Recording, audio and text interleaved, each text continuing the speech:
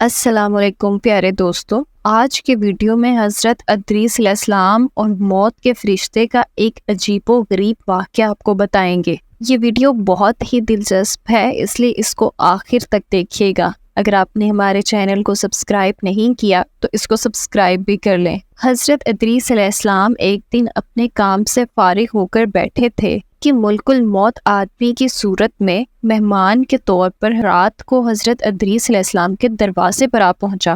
حضرت ادریس علیہ السلام ہمیشہ روزہ رکھنے والے انسان تھے۔ جب شام ہوتی، افطار کا وقت، آپ کا کھانا جنت سے آتا، جس قدر چاہتے کھا لیتے، باقی کھانا پھر جنت میں چلا جاتا۔ اس دن کا کھانا جب آیا تو حضرت ادریس علیہ السلام نے وہ کھانا اس مسافر کو پیش کر دیا، لیکن اس مسافر نے کچھ نہ کھایا، کچھ قدم پر قدم رکھ کر عبادت کرتا رہا۔ حضرت ادریس علیہ السلام ان کا یہ حال دیکھ کر بہت متاثر ہوئے کہ یہ کون شخص ہے۔ اگلے دن حضرت ادریس علیہ السلام نے ان سے کہا، اے مسافر، تو میرے ساتھ چل کر خدا کی قدرت جنگل میں جا کر دیکھ۔ تب وہ دونوں بزرگ گھر سے نکل کر میدان کی طرف نکل پڑے۔ چلتے چلتے گیہوں کے کھیت میں جا رکے۔ موت کے فرشتے نے کہا کہ چلو چند گوشے گیہوں کے لے کر دونوں کھاتے ہیں۔ حضرت ادریس علیہ السلام نے فرمایا، عجیب بات ہے، رات کو تو نے حلال کھانا نہ کھایا، اب حرام کھانا چاہتا ہے۔ یہ دونوں بزرگ وہاں سے دوسرے باغ میں پہنچے۔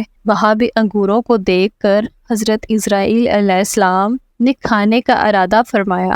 حضرت ادریس علیہ السلام نے فرمایا کہ خیر کی ملکیت میں حرام ہے۔ پھر جاتے جاتے ایک بکری دیکھ کر حضرت اسرائیل علیہ السلام نے کھانے کا ارادہ کیا۔ حضرت ادریس علیہ السلام نے کہا کہ بیگانے کی بکری کو ذبح کر کے کھانا منع ہے۔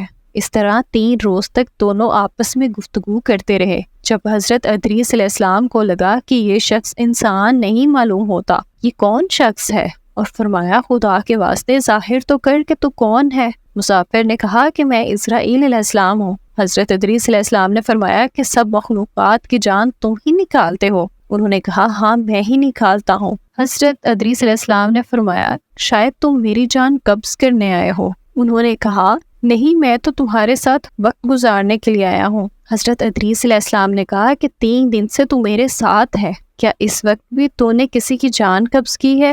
وہ بولے، تمام روحوں کے قبض کرنا ہمارے ہاتھ میں ایسے ہے جیسے تمہارے دونوں ہاتھوں کے نیچے روٹی رکھی ہو، کہ جس کی موت کا حکم اللہ پاک کی طرف سے ملتا ہے، میں ہاتھ بڑھا کر اس کی جان قبض کر لیتا ہوں۔ اور بولا، اے حضرت ادریس علیہ السلام، میں چاہتا ہوں کہ تیرے ساتھ رشتہ داری قائم کروں۔ حضرت ادریس علیہ السلام نے فرمایا کہ میں تیرے ساتھ رشتہ داری قائم کروں گا، آپ مجھ کو روح قبض کرنے کی کرواہٹ سکھا دیں، تاکہ مجھے زیادہ خوف ہو اور عبرت ہو، اور میں اپنے خالق کی اور بھی زیادہ عبادت کر سکوں۔ ملک الموت نے کہا کہ میں اللہ کی خوشی کے بغیر کسی کی روح قبض نہیں کر سکتا۔ تو حضرت ادریس علیہ السلام نے خداوند قدوس کی بارگاہ میں دعا کی، اور اس وقت جان قبض کرنے کا حکم ملنے پر جان قبض کر لی گئی۔ پھر موت کے فرشتے نے اللہ کی بارگاہ میں دعا مانگی اور اللہ پاک نے ان کو زندہ کر دیا۔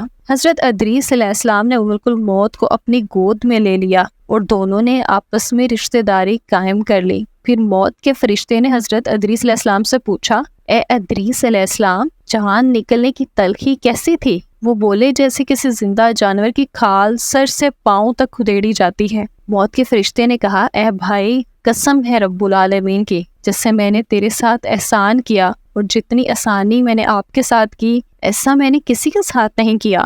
حضرت ادریس علیہ السلام نے فرمایا، اے بھائی، مجھے دوزخ کے دروازے تک لے چل، تاکہ اس کو دیکھ کر مجھے خوف الہی زیادہ ہو اور میں زیادہ عبادت اور بندگی کر سکوں۔ تب موت کے فرشتے نے اللہ کے حکم سے ان کو دوزخ کے 7 طبق دکھائے۔ پھر حضرت ادریس علیہ السلام بولے، اے بھائی، مجھے جنت دیکھنے کی آرزو ہے، دیکھ کر خوشی حاصل کرنا چاہتا ہوں، تاکہ عبادت زیادہ سے زیادہ کر سکوں۔ موت کے فرشتے حضرت اسرائیل علیہ السلام نے ان کو جنت کے دروازے پر لے گئے۔ پھر انہوں نے جنت کے مناظر اپنی آنکھوں سے دیکھے۔ پھر کہنے لگے، اے بھائی، میں جان کی تلخی سہ چکا ہوں۔ پھر دوزخ بھی دیکھی، پھر میرا جگر پیاس کے مارے جل رہا ہے، اجازت ہو تو بہشت میں جا کر ایک پیالہ جام پی لوں؟ تو انہوں نے کہا، ہاں، اگر تم واپس آنے کا وعدہ کرو۔ تو شاید پیاس کی وجہ سے حضرت ادریس علیہ السلام نے وعدہ کر لیا اور اللہ تعالیٰ کے حکم سے اپنی جوتیاں درخت طوبہ کے نیچے چھوڑ کر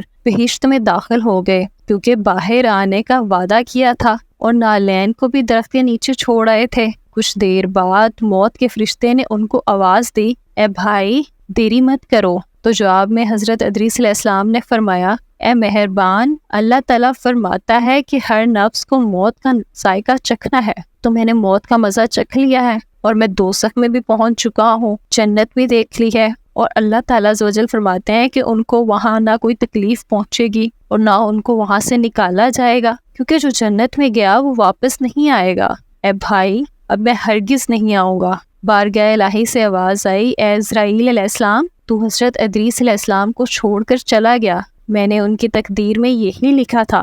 حضرت ادریس علیہ السلام موت کا مزہ چکھ کر اور دوزخ دیکھ کر جنت میں چلے گئے۔ تب حضرت اسرائیل علیہ السلام بولے، ہر نبی پر جنت حرام ہے جب تک جنت کے خاتم النبیین حضرت محمد مصطفیٰ صلی اللہ علیہ وآلہ وسلم داخل نہ ہو جائے۔ پھر آواز آئی، اے اسرائیل علیہ السلام، میں بہشت کو دریغ نہیں رکھتا، لیکن پہلے بہشت میں محمد صلی اللہ علیہ وسلم داخل ہوں گے، ان کے بعد ان کی امت داخل ہوگی۔ حضرت ادریس علیہ السلام بہشت میں چلے گئے اور ان کے سب فرزند ان کے سامنے گریہ زاری کرنے لگے، ان کی یاد میں آنسو بہاتے اور بہت روتے۔ ایک دن ابلیس ان کے پاس آیا اور کہنے لگا، تم رویا مت کرو، میں تمہارے باپ کی سی ایک صورت بنا دیتا ہوں، تم دن رات اسی کو دیکھنا اور اس کی پوجا کرنا، اور تب تم سب خوش رہو گے۔ ابلیس نے ایک ایسی صورت بنائی کہ حضرت ادریس علیہ السلام کی صورت اور اس مورتی میں کوئی فرق نہیں تھا، اور ان کے فرزند اس کی پوجا کرتے تھے